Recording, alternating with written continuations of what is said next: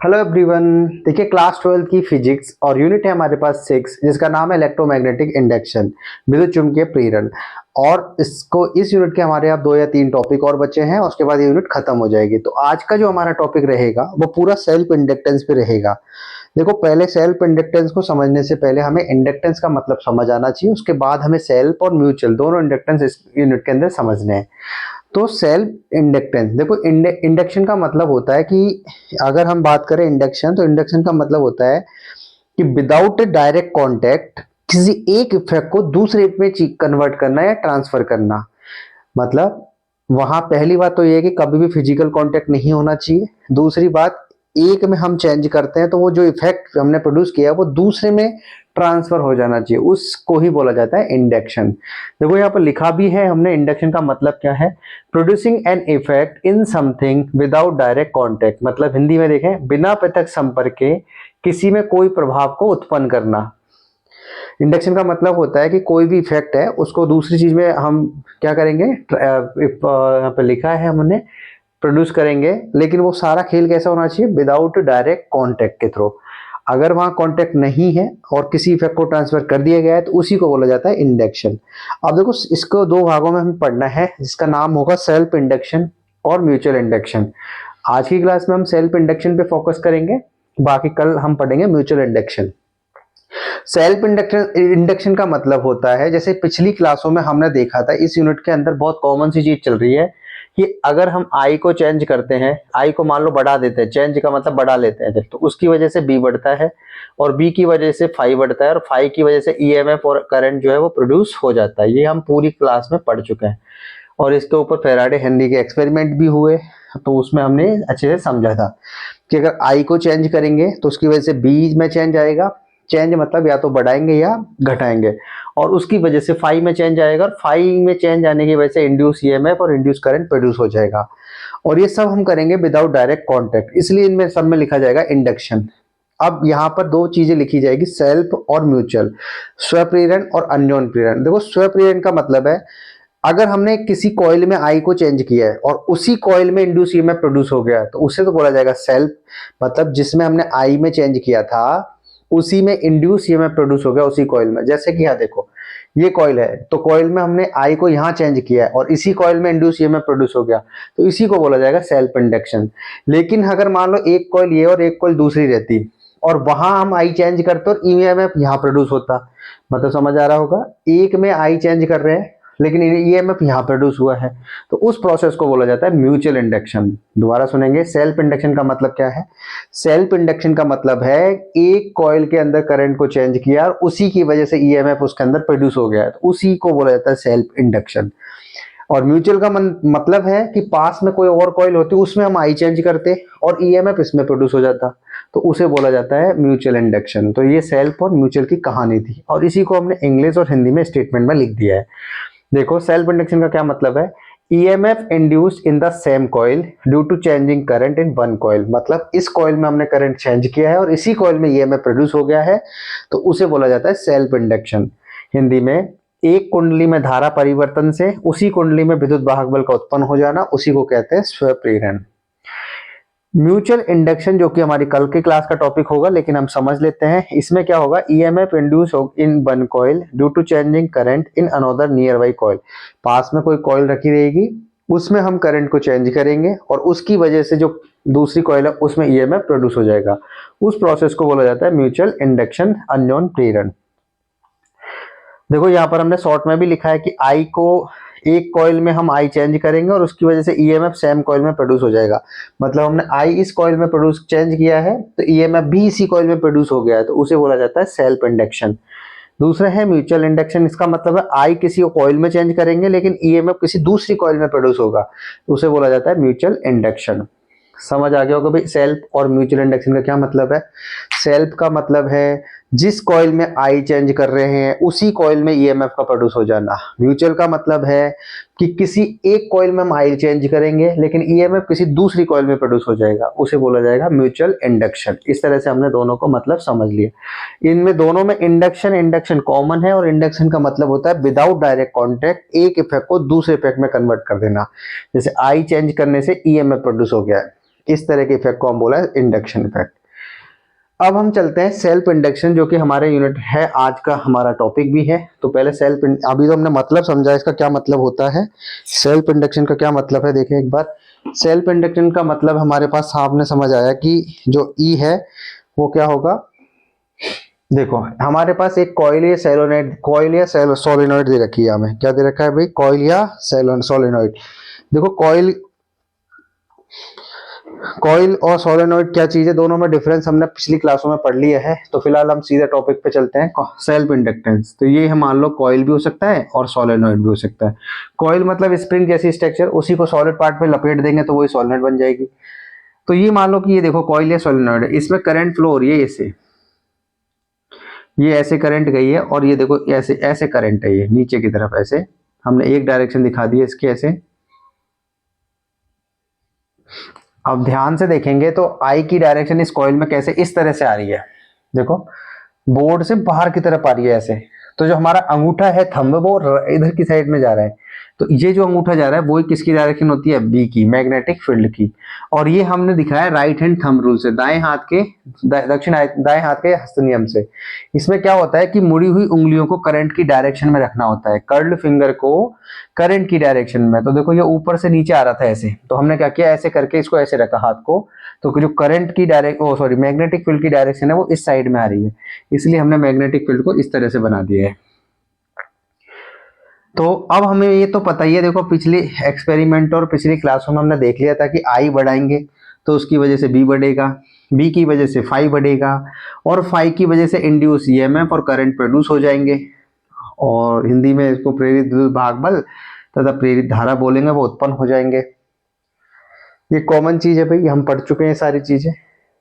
तो देखो अब हम पढ़ रहे हैं सेल्फ इंडक्शन। तो अगर हमने आई जो है वो किसी एक कॉइल में ही चेंज किया, जैसे इसी कॉइल में आई को चेंज किया, मतलब आई को बढ़ाया मान लो, तो ईएमएफ भी इसी कॉइल में प्रोड्यूस हुआ है, EMF produce in the same coil. तो इस इफेक्ट को ही बोला जाता है सेल्फ इंडक्शन, जो कि हम समझ चुके हैं। अगर एक कॉइल में आई को प्रोड्यूस करे और उसी में ईएमएफ प्रोड्यूस हो जाता है तो उसी इफेक्ट को बोला जाता है सेल्फ इंडक्शन।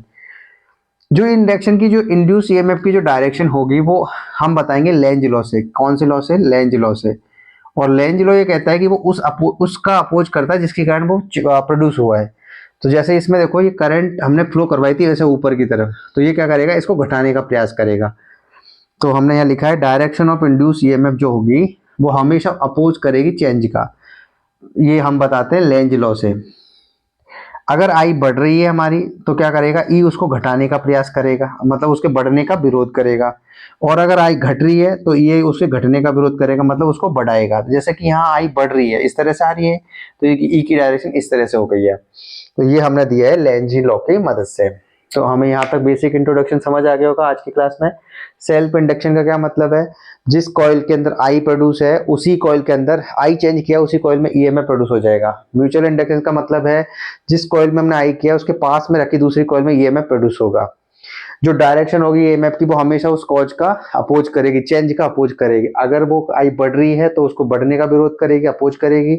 अगर वो घट रही है तो उसके घटने का अपोज करेगी। इस तरह से हमने सेल्फ इंडक्शन के बारे में समझा। अब इसके कैलकुलेशन वाले पार्ट में हम काम करते हैं, नोट करो एक बार।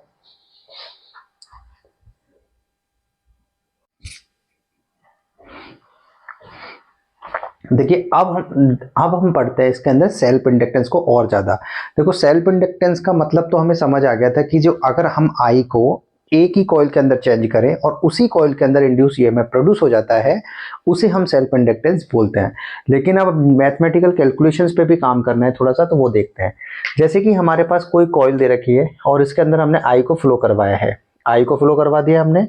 अब जैसे ही आई फ्लो, अच्छा देखो एक चीज और देखेंगे हम, राइट हैंड थंब रूल इसमें यूज कर सकते हैं। राइट हैंड थंब रूल वो ये कहता है कि कर्ल फिंगर की डायरेक्शन में हमें आई की डायरेक्शन में कर्ल फिंगर को रखना है। तो जो हमारा थंब होगा वो हमारे पास मैग्नेटिक फील्ड की डायरेक्शन को बताएगा। मैंने ये शॉर्ट में लिखा है, बाकी पिछली क्लासों में हो चुका है। देखो राइट हैंड थंब रूल ये कहता है, राइट हैंड मतलब हिंदी में बोलते हैं इसको दाएं हाथ का दाएं हाथ का हस्त नियम, जिसमें कि दाएं हाथ का अंगूठे का नियम, जिसको इंग्लिश हिंदी में बोला जाता है। इसके हिसाब से जो कर्ल्ड फिंगर है, मुड़ी हुई उंगलियों को हमेशा कहाँ रखना है, करंट की दिशा में। तो जो अंगूठा होगा, थंब होगा, वो हमें किसकी दिशा बताएगा, किसकी डायरेक्शन बताएगा, मैग्नेटिक फील्ड की। जैसे कि यहाँ पर देखो, ये करंट जो है इस कॉइल के अंदर इस तरह से आ रही है, बोर्ड से निकलते हुए इस तरह से ऐसे। तो हम क्या करेंगे, इस डायरेक्शन में अपनी फिंगर्स को रखेंगे, तो जो हमारा जो थंब है वो इस डायरेक्शन में आएगा, और जो थंब होगा वही हमारे किसकी डायरेक्शन होगी, मैग्नेटिक फील्ड की। इस तरह से हम इसमें मैग्नेटिक फील्ड की डायरेक्शन बता देंगे। तो देखो एक बार दोबारा देखेंगे, मैग्नेटिक फील्ड की अगर हमें डायरेक्शन बतानी है तो कौन से रूल से बताएंगे, राइट हैंड थंब रूल से, दाएं हाथ के अंगूठे के नियम से। कर्ल फिंगर मतलब मुड़ी हुई उंगलियों, तो मुड़ी हुई उंगलियों को रखना है हमको किसकी दिशा में, धारा की दिशा में। तो कि देखो ये कॉइल है, और कॉइल है ना थोड़ा सा ऐसे है, ऐसे अज्यूम करना है इसको, ये बोर्ड से निकल दो इस तरह से, तो जो हमारा थंब है हमारा वो डायरेक्शन बताएगा मैग्नेटिक फील्ड को। तो इस तरह से इसमें मैग्नेटिक फील्ड इस तरह से आ गया है। इस यूनिट के अंदर हमने देखा था, अगर हम आई को बढ़ाते हैं, क्योंकि हमने फेराडे और हेनरी के एक्सपेरिमेंट देखे थे स्टार्टिंग क्लासों में, तो वहां पर हमने देखा था कि अगर हम आई को बढ़ाते हैं तो बी बढ़ता है, और बी की वजह से फाई बढ़ता है, और फाई के बढ़ने से ही इंड्यूस्ड ईएमएफ और करंट उसके अंदर प्रोड्यूस हो जाती है। ये फिनोमिना हमने इलेक्ट्रोमैग्नेटिक इंडक्शन के अंदर देखा ही देखा था। ये पूरी यूनिट के अंदर ये कॉमन चीज चली है हमारे पास, और ये स्टार्टिंग से अभी तक चला हुआ है। इलेक्ट्रोमैग्नेटिक इंडक्शन में अगर हम आई को चेंज करते हैं, देखो बढ़ाना घटाना का मतलब होता है चेंज करना, एक जनरल बात करें तो अगर हम आई को चेंज करते हैं तो उसका फाई चेंज होता है, और उसकी वजह से इंड्यूस ईएमएफ और करंट प्रोड्यूस होते हैं। अब जितना ज्यादा आई हम बढ़ाएंगे, जितना ज्यादा इसके अंदर आई बढ़ाएंगे, उतना ज्यादा मैग्नेटिक फ्लक्स उसके अंदर प्रोड्यूस होगा।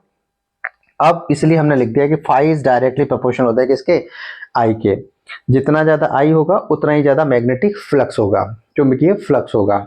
और इस जब प्रोपोर्शनली साइन को हटाते हैं तो यहाँ पर एक कांस्टेंट आता है जिसको हम बोलते हैं एल, और एल का जो फॉर्मूला होता है वो निकल के आ जाएगा फाई बटा आई, इस तरह से।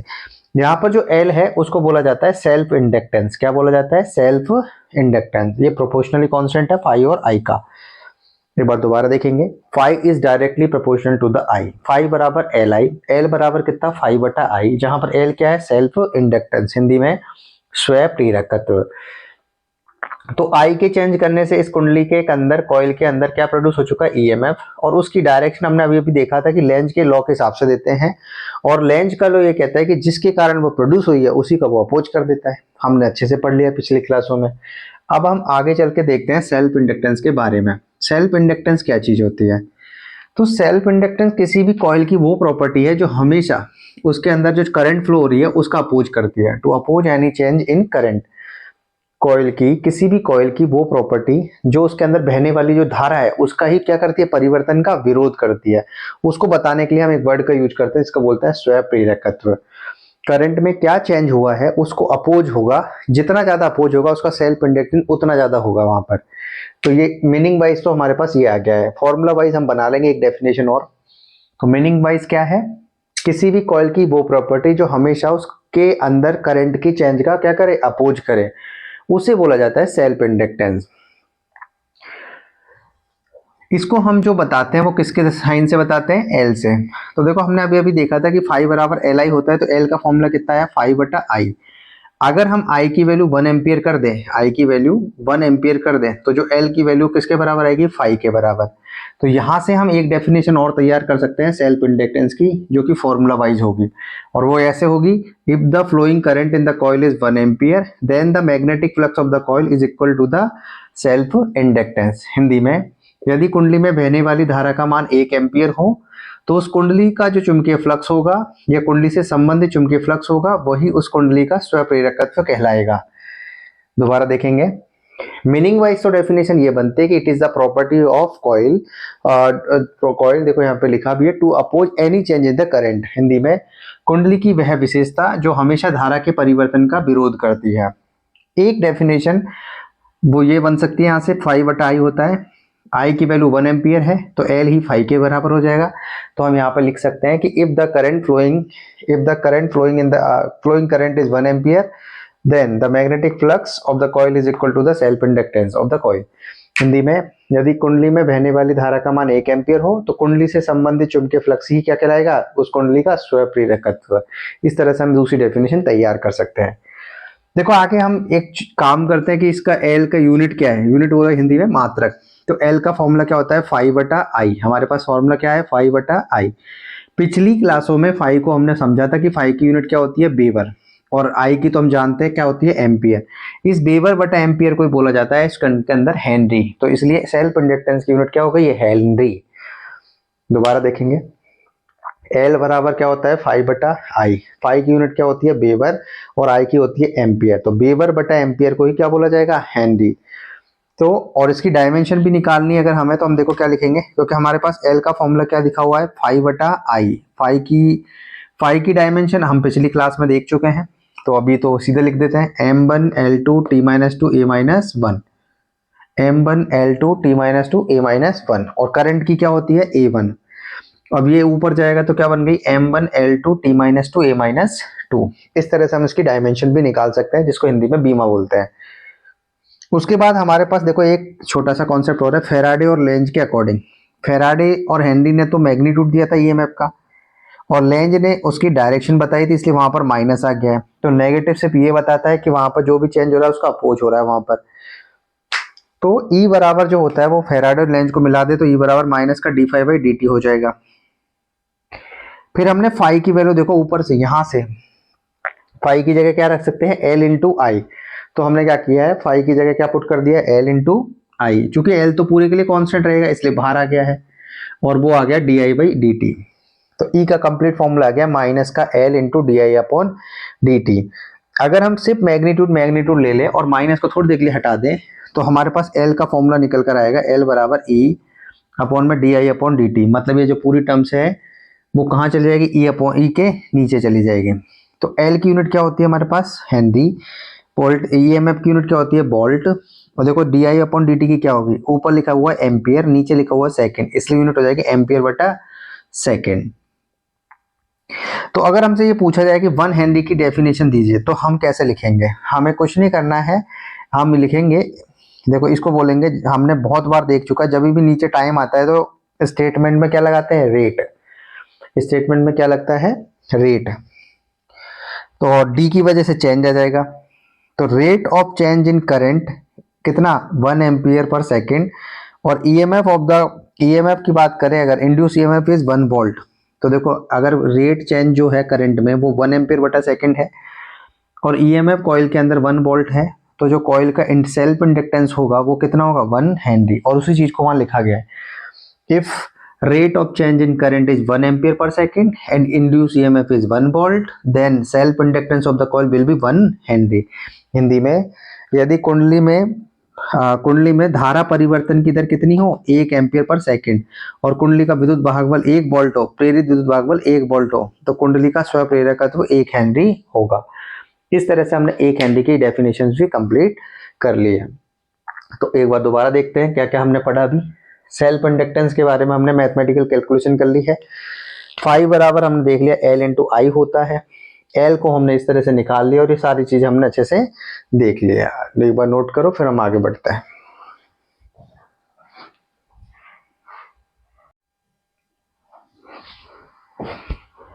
देखिए अब हमारा जो टॉपिक है वो है self inductance of a long solenoid. मतलब अब हम सेल्फ इंडक्टेंस को हम किससे डिनोट करते हैं, कैपिटल एल से, और उसको निकालना है हमको सोलेनॉइड के अंदर कितना होगा, उसकी वैल्यू हमें निकालनी है। तो देखो इसको समझते हैं डेरिवेशन को। हमारे पास एक सोलेनॉइड दे रखी है, देखो सोलेनॉइड का कुछ मतलब नहीं है, एक कॉपर वायर है, उसको हम सिलेंड्रिकल शेप पे लपेट देंगे इस तरह से। तो जो स्ट्रक्चर हमारे पास, जैसे इस पे अगर हम कॉपर वायर को लपेट दें तो वो जो स्ट्रक्चर बनकर आएगी उसे हम बोलेंगे सोलेनॉइड, जिसकी लेंथ सोलेनॉइड की कितनी है हमारे पास L, और उसका क्रॉस सेक्शन एरिया कितना है हमारे पास A। और इसके अंदर नंबर ऑफ टर्न्स की अगर हम बात करें तो टोटल नंबर ऑफ टर्न्स तो N है, और ये जो नंबर, और एक देखो यहाँ पर कैपिटल N और स्मॉल n में थोड़ा सा डिफरेंस है।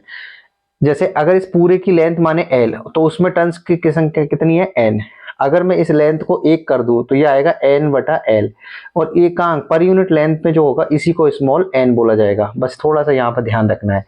टोटल नंबर ऑफ टर्न्स कितना है, स्मॉल का कैपिटल N, और अगर पर यूनिट लेंथ पूछा जाए तो वो होता है स्मॉल n, जिसकी वैल्यू n बटा L होती है। आगे चल के हम इसको यूज करेंगे। तो देखो डायग्राम में अगर हम चलें, तो डायग्राम में अगर हम ध्यान से देखें तो करंट की डायरेक्शन इस तरह से कुछ है और हमने एक डायरेक्शन दिखा दिया। और देखो ये वायर जो है इस तरह से है, तो अपनी उंगलियों को हम इस तरह से फैलाएंगे अगर फिंगर्स को, तो देखो जो हमारा थंब है वो इस डायरेक्शन में आएगा। और राइट हैंड थंब रूल के हिसाब से, राइट हैंड थंब रूल के हिसाब से जो मैग्नेटिक फील्ड की डायरेक्शन हमें निकल जाएगी, और वो मैग्नेटिक फील्ड किधर आ रहा है हमारे पास, इस डायरेक्शन में। इस तरह से हमें इसको समझना है। दोबारा देख लेते हैं एक बार डायग्राम को। भाई एक हमारे पास सोलेनॉइड है जिसकी लेंथ हमें कितनी दे रखी है, L, और क्रॉस सेक्शन एरिया है A, total number of turns है कैपिटल N, और पर यूनिट लेंथ में जो टर्न्स है स्मॉल n है, जिसको कैपिटल N बटा L लिख सकते हैं। इसके अंदर करंट की डायरेक्शन ऐसे है, तो हम कर्ल्ड फिंगर्स को, मुड़ी हुई उंगलियों को करंट की डायरेक्शन में रखेंगे, तो अंगूठा जो होगा हमारा वो थंब की मैग्नेटिक फील्ड की डायरेक्शन बताएगा, जो कि इस डायरेक्शन में आ रहा है। इस वजह से मैग्नेटिक फील्ड हमारा इधर हो गया है।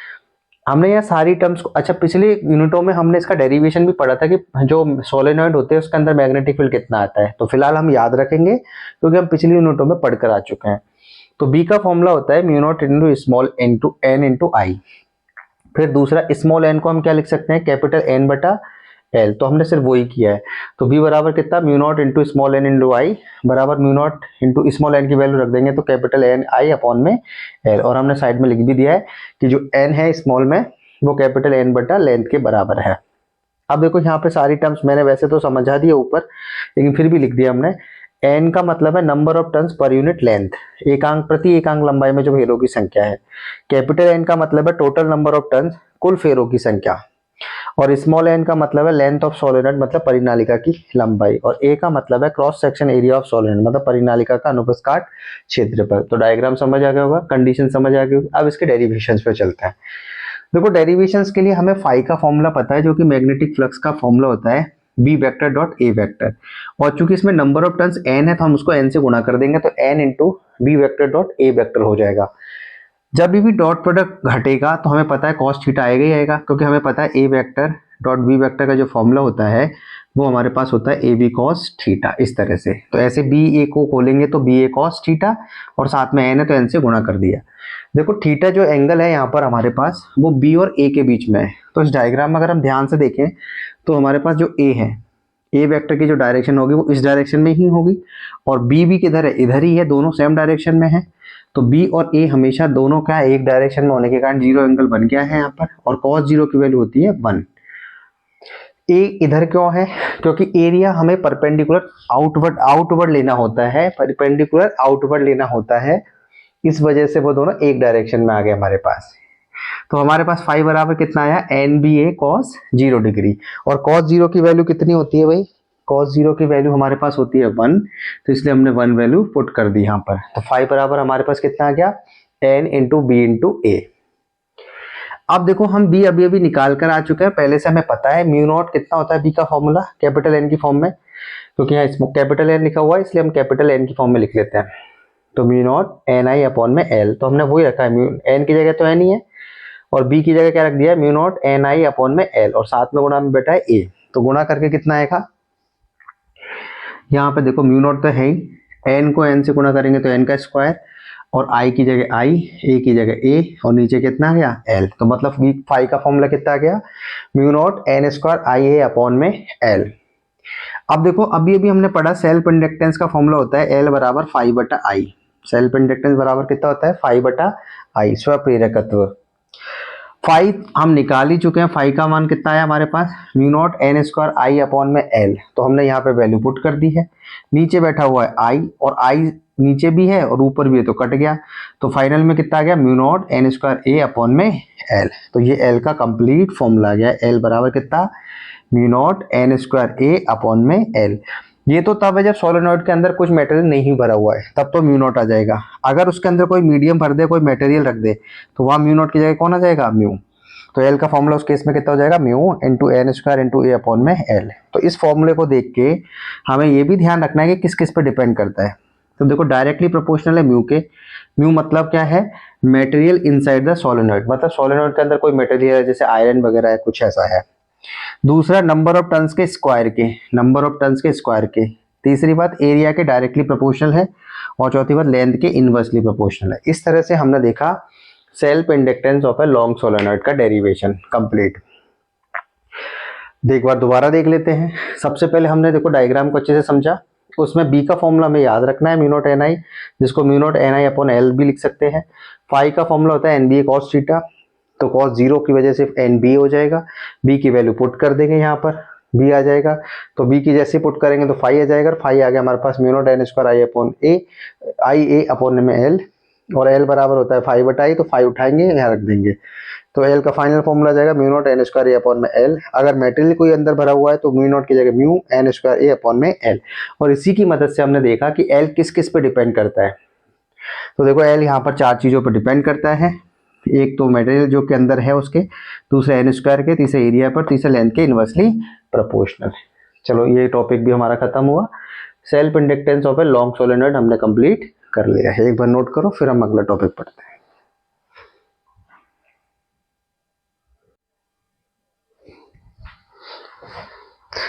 देखिए अगला टॉपिक है हमारा energy stored in an inductor, मतलब हिंदी में बोला गया किसी प्रेरकत्व में संचित ऊर्जा।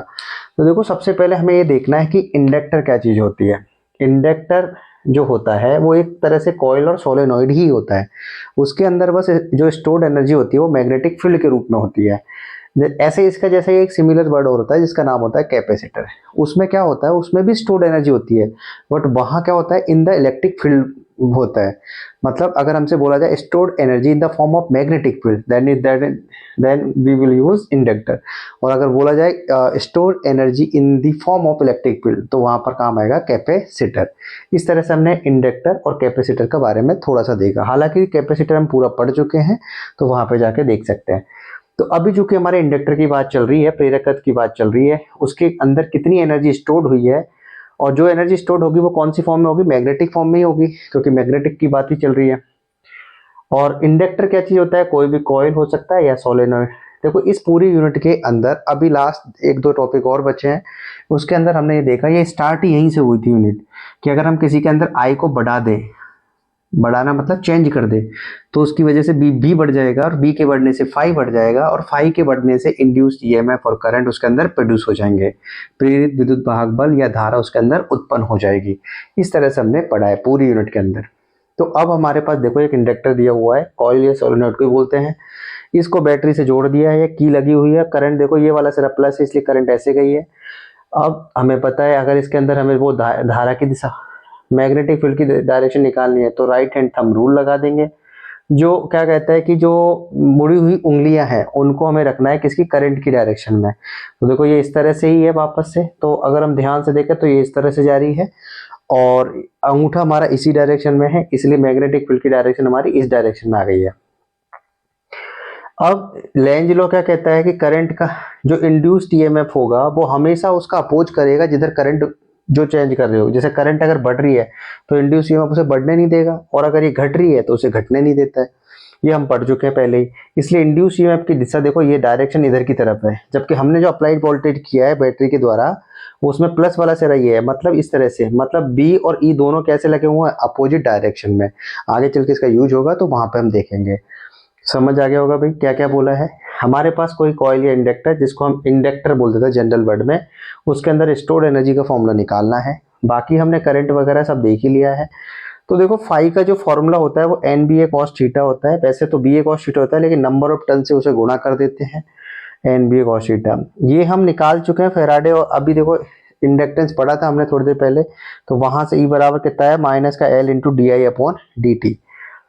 तो ये हमारे पास इंड्यूस्ड ईएमएफ है, ये कौन सा है, ये जो है वो है इंड्यूस्ड ईएमएफ। इंड्यूस्ड ईएमएफ मतलब इसको बोला जाएगा प्रेरित विद्युत वाहक बल, प्रेरित विद्युत वाहक बल, जो हमेशा करंट के चेंज का अपोज करता है। अगर वो बढ़ रही है तो उसे बढ़ने नहीं देता, और अगर वो घट रही है तो उसे घटने नहीं देता। तो देखो यहाँ पर इसलिए यहाँ पर माइनस लगा है। इस पूरे सर्किट में अगर हम देखें तो हमारे पास ई की डायरेक्शन ये है, लेकिन बी की डायरेक्शन ये है, मतलब दोनों अपोजिट डायरेक्शन में है। तो इसलिए हमने लिखा है कि इंड्यूस्ड ईएमएफ जो होगा वो अप्लाइड वोल्टेज के अपोजिट डायरेक्शन में होगा। देखो ई ऐसे है और इसका प्लस सिरा ऐसे इस तरह से जा रहा है ये। तो अगर हम देखें, क्योंकि अगर हम वोल्टेज की डायरेक्शन देखें तो प्लस से माइनस ही है, तो ये भी प्लस से माइनस रहा होगा, तो इस तरह से इन दोनों की डायरेक्शन क्या हो गई, आपस में अपोजिट हो गई है। इसलिए हमने ई बराबर लिखा है बी, लेकिन बी के आगे क्या लगा दिया है, माइनस। इसका ये मतलब है कि ई और बी तभी बराबर हो सकता है जब माइनस उसके आगे लगाया जाए, मतलब दोनों अपोजिट डायरेक्शन में है। तो अब हम इसके फॉर्मूले की बात करते हैं। देखो E बराबर कितना है हमारे पास, माइनस बी। ई का फॉर्मूला अभी अभी हमने लिखा, कितना होता है, ये कहाँ पर, ये रहा, माइनस का L into D I upon में डी टी। तो इस तरह से हमने इसका फॉर्मूला लिख दिया है, माइनस का L into D I upon D T. Minus की जगह माइनस ही लिखा है और बी की जगह बी लिखा है। माइनस से माइनस कट जाएगा, देखो यहाँ पर कट गया माइनस से माइनस, तो बी बराबर कितना आ गया हमारे पास, L into D I upon D T.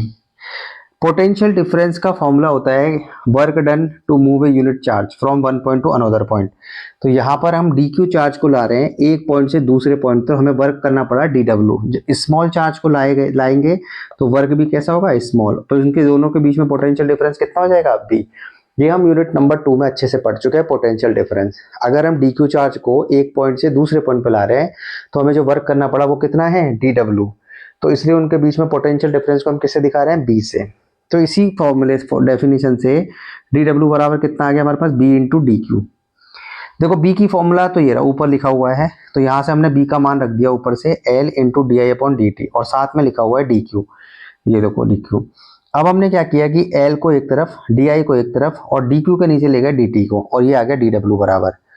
अब हम आगे की तरफ चले तो देखो ये हमने यूनिट नंबर 3 में पढ़ा हुआ है कि rate of flow of charge is known as current. तो चूंकि डी टी टाइम में हमने डी क्यू ही चार्ज फ्लो करवाया था, इसलिए स्मॉल करंट ही होगी जिसका नाम होगा आर स्मॉल आई से हम उसे दिखा रहे हैं। अगर टोटल करंट की बात होती तो हम कैपिटल आई से दिखाते, लेकिन हमने स्मॉल आई दिखाया, इसका मतलब स्मॉल टाइम में स्मॉल चार्ज का फ्लो हुआ है। तो इसलिए यहाँ पर एल इंटू डी आई और आई, ये D Q by D T की जगह क्या आ चुका है यहाँ पर, स्मॉल आई। तो डी डब्ल्यू बराबर कितना होगा, ऊपर से देखेंगे एल इंटू आई इंटू डी आई। अब हमें क्या करना है कि टोटल वर्क निकालना है, तो हम क्या करेंगे, इंटीग्रेशन। तो डी डब्ल्यू का लिमिट आ जाएगी 0 से डब्ल्यू की तरफ, और ये फॉर्मूला है एल आई इंटू डी आई। तो करंट 0 थी, अब टोटल करंट को हमने किससे माना है, कैपिटल आई से। देखो स्मॉल करंट को किससे माना है, स्मॉल आई से, टोटल करंट को कैपिटल आई से। तो डब्ल्यू बराबर, अब हम क्या करेंगे, इंटीग्रेशन, तो कांस्टेंट को बाहर निकाला, तो अंदर कितना बचा, आई इंटू डी आई। अब हमें ये भी पता है कि x इंटू डी एक्स का जो इंटीग्रेशन होता है वो होता है एक्स स्क्वायर बाई 2। तो इसी आधार पर i इंटू डी आई का इंटीग्रेशन कितना हो जाएगा, आई स्क्वायर बाई 2। एल बाहर ही चल रहा है, फिर हम लिमिट रख देंगे upper limit minus lower limit. तो लोअर लिमिट का कोई मतलब नहीं है, इसलिए upper limit I, small I की जगह कैपिटल आई आ जाएगा। तो ये कंप्लीट फॉर्मूला हो जाएगा डब्ल्यू बराबर 1/2 एल इंटू कैपिटल आई का स्क्वायर। और हमें बहुत अच्छे से पता है कि जो वर्क डन होता है वो स्टोर्ड एनर्जी के रूप में होता है, इसलिए जो एनर्जी है U वही W के बराबर। फॉर्मूला कितना आएगा, 1/2 एल आई स्क्वायर। और यही हमें फॉर्मूला पूछा गया था कि इस इंडक्टर के अंदर कितनी एनर्जी स्टोर्ड होगी।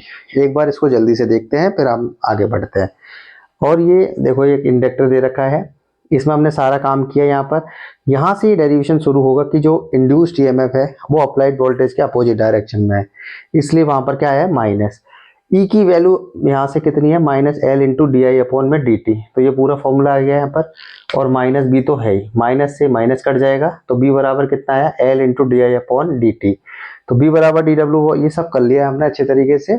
और फाइनल फॉर्मूला हमारा कितना आ गया, स्टोर्ड एनर्जी का 1/2 एल आई स्क्वायर। इस तरह से हमने ये आज सेल्फ इंडक्टेंस कंप्लीट कर लिया है।